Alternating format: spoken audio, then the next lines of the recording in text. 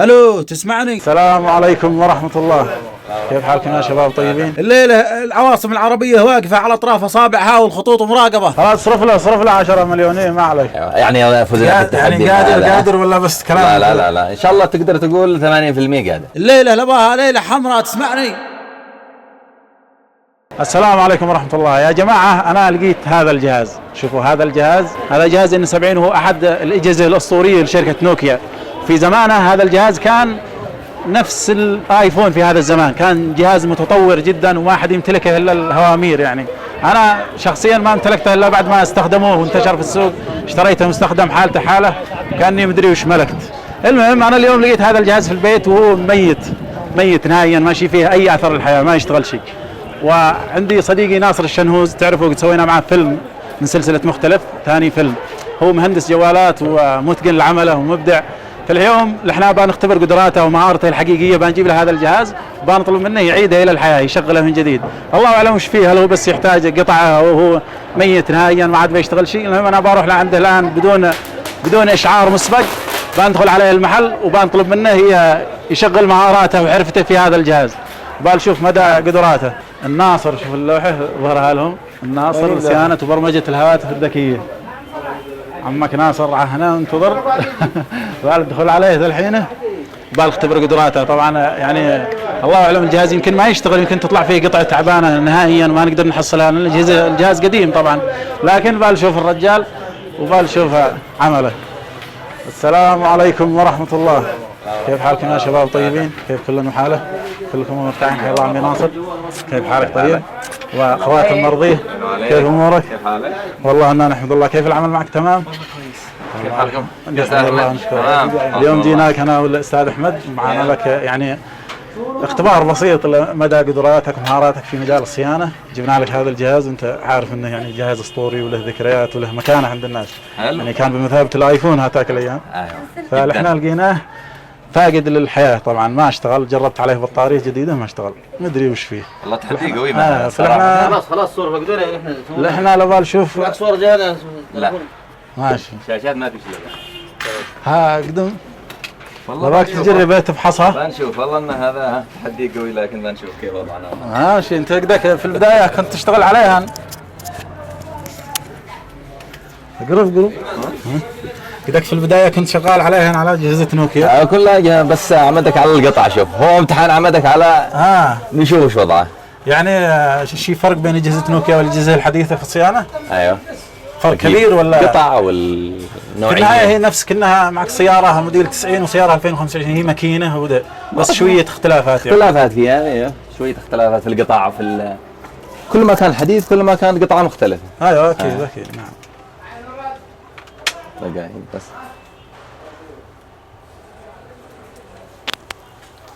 شيء عادنا بالحصل الشاحن هذا ولا قد انقرضت شواحنه؟ بيجهز هذا. بيجهز ان شاء الله. ما انا بيشتغل. ايوه يعني فزنا بالتحدي. يعني قادر ولا بس كلام؟ لا ان شاء الله تقدر تقول 80% قادر باذن الله. لا شوف نجيت ذا والله اني لقيته بالصدفه على هذا في درج، مدري منين نبشوه. قلبت علينا الذكريات يا ابو. يا اخي كلها اجهزه نوكيا لها يعني تحسسك بحنين الى الماضي. الدمعه هذاك وموتور القمرين. وبعدين انا مستغرب منه ودي يطلق عليها المسميات العربيه، هذا الدمعه والقمرين والباندة. سموها لنا العربيه ولا لهن موديلات. في جهاز اسمه الشيطان برضه من اجهزه نوكيا. انا اعرف الباندة والدمعه والقمرين كلها لنا موديلات. هذا مثلا هذا مسجل عليه موديله هنا. شوف N70 هذا. ايوه N70. هذا N70 الذي يسمينا ماسكين على تسميته. ايه هذا قد تسميه الشركه. ايوه. لكن في ناس يسموها اسامي عربيه، ذاك الدمعه الدمعه هذاك موديل 6110 يعني كذا مختلفات موديلها. وبعدين ذا الN منه سلسله معك N70 وN 73 مدري.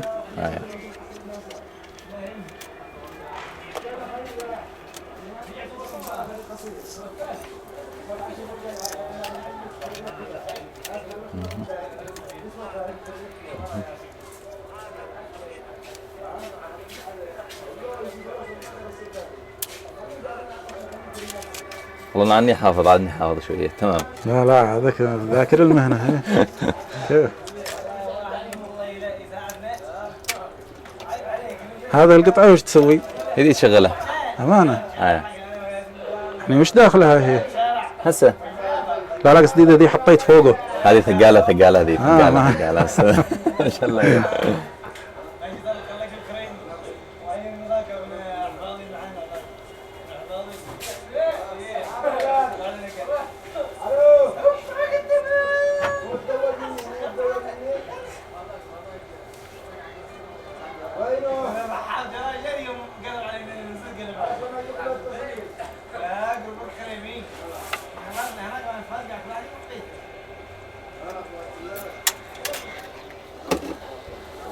يا اخي انا بدي اخذ لقطه لو جاك انت تشتغل شيء تقدر ترجع لها هيك قصدي تقدر ترجع لها وراء. كيف اكثر من كذا يعني؟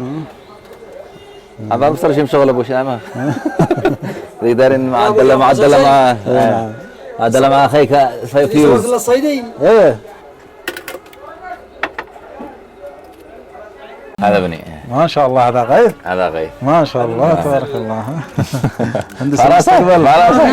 لا ما بقى شيء مهندس اللي قال لك. ايش بطلع يوم باسفر؟ قول مهندس مهندس ولا دكتور؟ مختلف. دكتور ها؟ مهندس قلوب.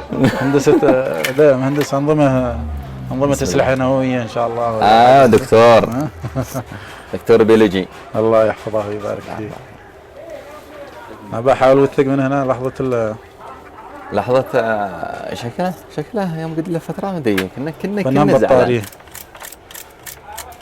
شكلها باب لا هي بطارية جديد خارج. ماشي موجودة هنا. ماشي كبيرة قليل. بسم الله.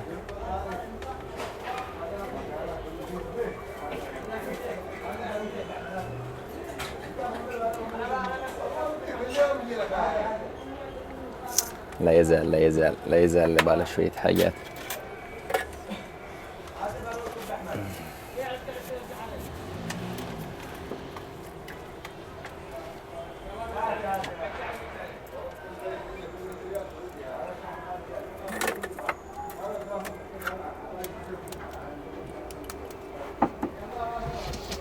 لا يكون ماشي فيه شحن.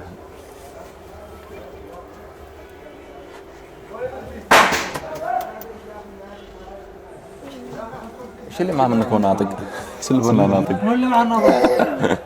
ما حد معه هنا باشق. بسم الله الرحمن الرحيم.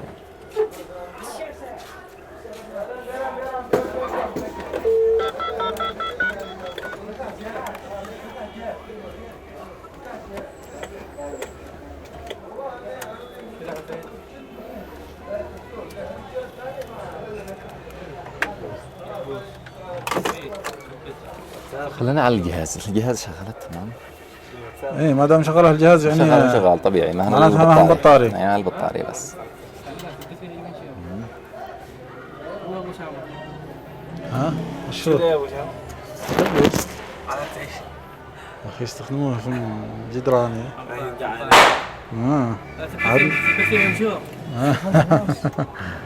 عادني علاني شغال جاهز. بيتي قلع بس.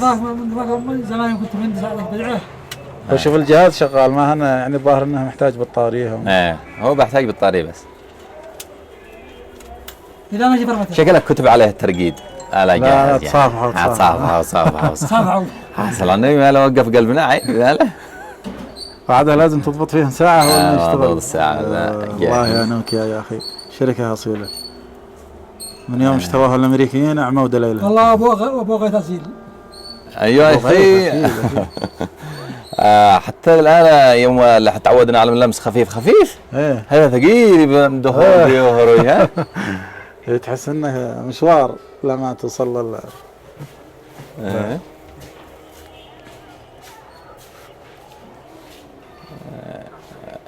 لحظة بس نجرب الصوت. هو نفسه رن هذا هرمنا زمان. خلاص هذا ما اثبت قدراتك خلاص. ولا المحل اللي يسأل على العنوان المرة الأولى يسألونا في التعليقات حق الفيلم هو بجوار البريد يعني في الشارع شيء له اسم ذا شارع هنا شارع البركة. شارع البركة. يعني محل متواضع بس صاحبه عبقري. نعم. هل هو اصلا مراكز الصيانه قد ما تحتاج شيء مساحه؟ نعم.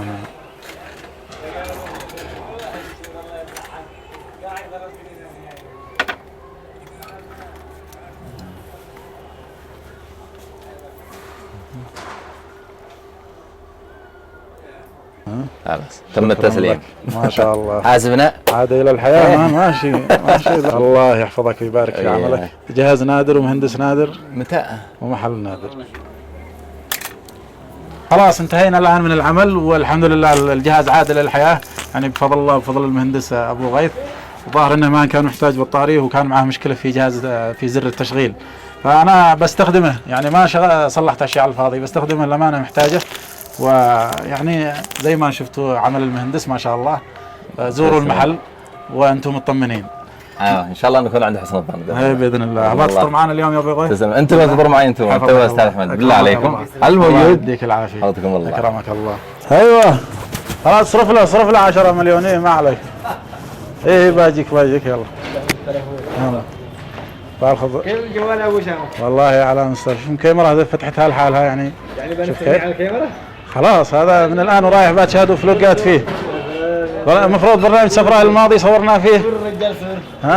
وقولوا ويش، وانا اقلب في ذكرياتي مع هذا الجهاز اكتشفت ان بدايات اهتمامي بموضوع صناعة الافلام وصناعة المحتوى بدأت مع هذا الجهاز يمكن عام 2008 وعام 2009.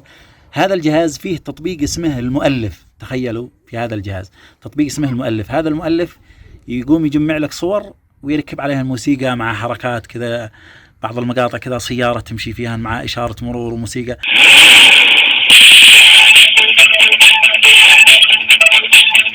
فأنا كنت بحط صوري مع مجموعة مصارعين، كنت بنزل صورة جون سينا ومدري من، بحط صورتي وسطهم وبحط عليها موسيقى أكشن كذا وبروح بروي أصحابي في الرعية وإحنا نرعى الغنم، بروح برويهم يقول شوف وش سويت، كانوا ينبهروا يا أخي سوي لي مثل هذا كيف سويته.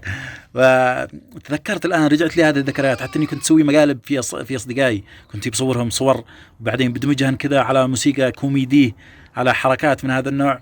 فسبحان الله.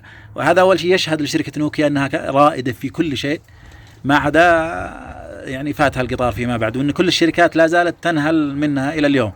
وفي نهاية الفيديو لا تنسوا الإعجاب والتعليق والمشاركة. ما حد كان متصور أن في يوم من الأيام أحد بيقول هذه الكلمة عبر جهاز نوكيا من الأجهزة القديمة.